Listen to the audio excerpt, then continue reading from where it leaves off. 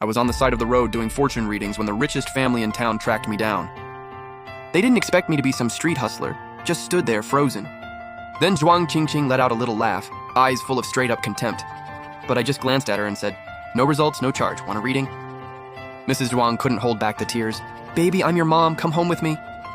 I looked at the people in front of me and one thing flashed in my mind. Dark energy, not long for this world. I sighed and nodded, packed up my compass and talisman paper. I still needed to head back and grab my stuff.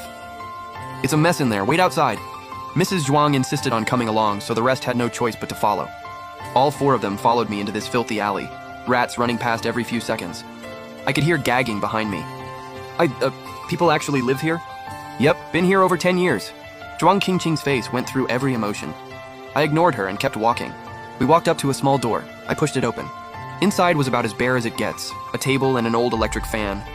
I pulled my clothes out of the cabinet while Zhuang Qingqing covered her nose like she was disgusted. "Why do you even want those rags? We'll buy you new ones back home." I was about to say something when a whole crowd of people stormed in and surrounded the Zhuang family. "You better treat Bifan right. This kid's been through a lot. Y'all clearly got money. Why'd it take this long to come find him? Heard you got an adopted son too. Who knows how he's gonna treat Bifan?" These neighbors and my mentor were the ones who raised me. I was leaving and they were happy for me. But you could see the hurt too. Auntie Wang started stuffing things into my arms. "We all chipped in and got you some clothes. Ditch the old ones. Gotta wear something fresh at your new place." Next thing I knew, I was loaded up with bags. The aunties and uncles hauled everything to the car. I climbed into the back seat, hugging my little yellow bag. "You're not seriously bringing all that unlucky junk home, are you? There's no room for that stuff." Mrs. Zhuang smacked her hard. "Is that any way to talk to your brother?" I looked up at them. "Then I'm not going." Zhuang Qingqing froze. Clearly didn't expect that. She opened her mouth, but nothing came out. Finally, their sister Zhuang Qingya spoke up. "Qingqing, apologize." Zhuang Qingqing muttered a reluctant, "Sorry." Mrs. Zhuang started asking how I'd been living, saying I must have suffered all these years. Honestly, the phrase birth parents felt pretty foreign to me. I didn't even have adoptive parents. When traffickers nearly broke my arm, it was my mentor who shoved them off and pulled me out. I looked over at Zhuang Sunzi, who wouldn't stop sobbing. "Is he a Zhuang too?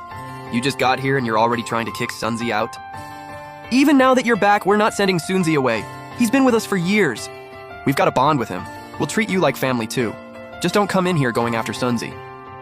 "I'm sorry, bro. I don't even understand how any of this happened. If you don't want me around, I can move out." I looked at each of their faces one by one. I don't think I said anything, just asked if he was a Zhuang. That's when they realized they'd overreacted. Mrs. Zhuang quickly stepped in. "Sunzi is the baby who got switched with you. Bifan, you're the big brother now. Sunzi's your little bro." I nodded and left it at that. Zhuang Sunzi's crying was getting on my nerves, so I just closed my eyes and tuned everything out. After a bumpy ride, we pulled up to the Zhuang estate. Nobody helped me with my bags. They'd already walked inside before they realized they'd left me behind. Mrs. Zhuang came running back out. We made eye contact, and I walked right past her. When they saw me walk in alone, the mood shifted. Zhuang Qingya snapped at the staff. "The young master just got home. Why didn't anyone help him with his bags?" "It's fine, I got it myself." "Bifan, your room isn't ready yet. You'll have to stay on the first floor for now." "The other three are all on the second floor?" "You just walked in and you're already eyeing the second floor?" Zhuang Sunzi quickly grabbed her. "Bro, Qingqing didn't mean it. If you want it, I'll give you my room upstairs." "No thanks. Don't want to live somewhere you've been. Bad energy."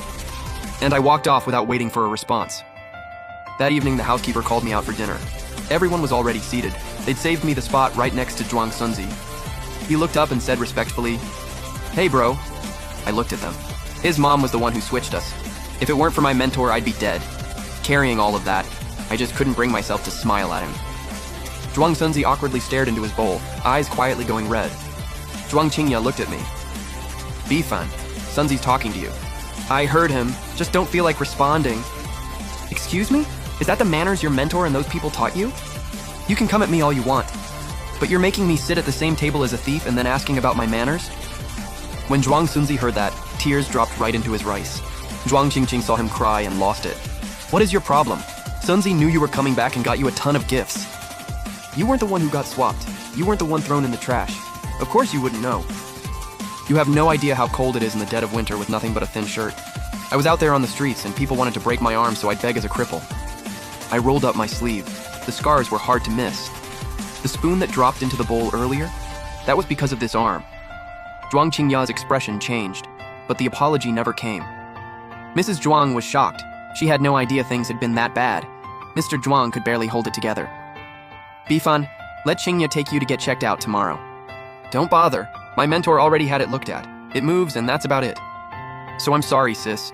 When I was little, all I cared about was eating and staying alive. Nobody taught me manners. They just taught me how to survive. I'm done eating. Y'all enjoy.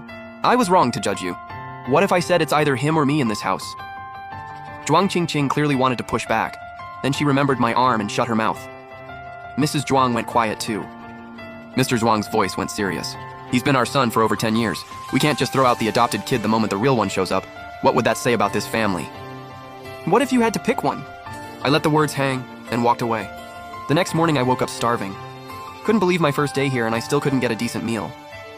I threw on the outfit Auntie Wang got me, little cat print on the front. When I came out, everyone was already up. Zhuang Qingqing's eyes locked onto my outfit the second I walked out. She was barely holding in a laugh. What are you wearing? It's new, no holes, never been worn. What's the problem? Zhuang Qingqing stopped laughing immediately. The context hit her. She just awkwardly picked up her phone. After breakfast, Mrs. Zhuang handed me 100K and told me to go buy some clothes. Maybe because of what just happened, Zhuang Qingqing actually offered to take me. Zhuang Sunzi paused. Qingqing, weren't you supposed to come with me to pick up my jewelry order today? Zhuang Qingqing let out a little, oh, her eyes bouncing back and forth between us. She walked over to my side anyway. Sorry bro, Bifan just got here and he doesn't know anyone. Go grab a friend to take you. Zhuang Qingqing headed to the garage, leaving just me and Zhuang Sunzi at the door. He had a watch on, catching the light, all shiny. Bro, maybe you should go buy one too. Some people just aren't cut out to live off others, and am I right, bro? I just stared at him. Didn't say a word. He got creeped out, muttered bad luck, and left. Zhuang Qingqing pulled up in the car, saw me still standing there, and I don't know what came over her, actually got out and opened the door for me. I still got one good hand, you know. I don't care about you, I'm worried about my car. The mall was massive, easily the biggest place I'd ever seen in my life. I stood at the entrance taking it all in, and Zhuang Qingqing gave me this annoyed little shove. Stop gawking, let's go. At some point she stepped away and left me alone in the store. I grabbed a few cheap outfits and checked out, then hit the store next door for some plus-size clothes, men's and women's, to bring back for Auntie Wang and the others. Then I figured, might as well use what was left to get something for everyone in the Zhuang family too.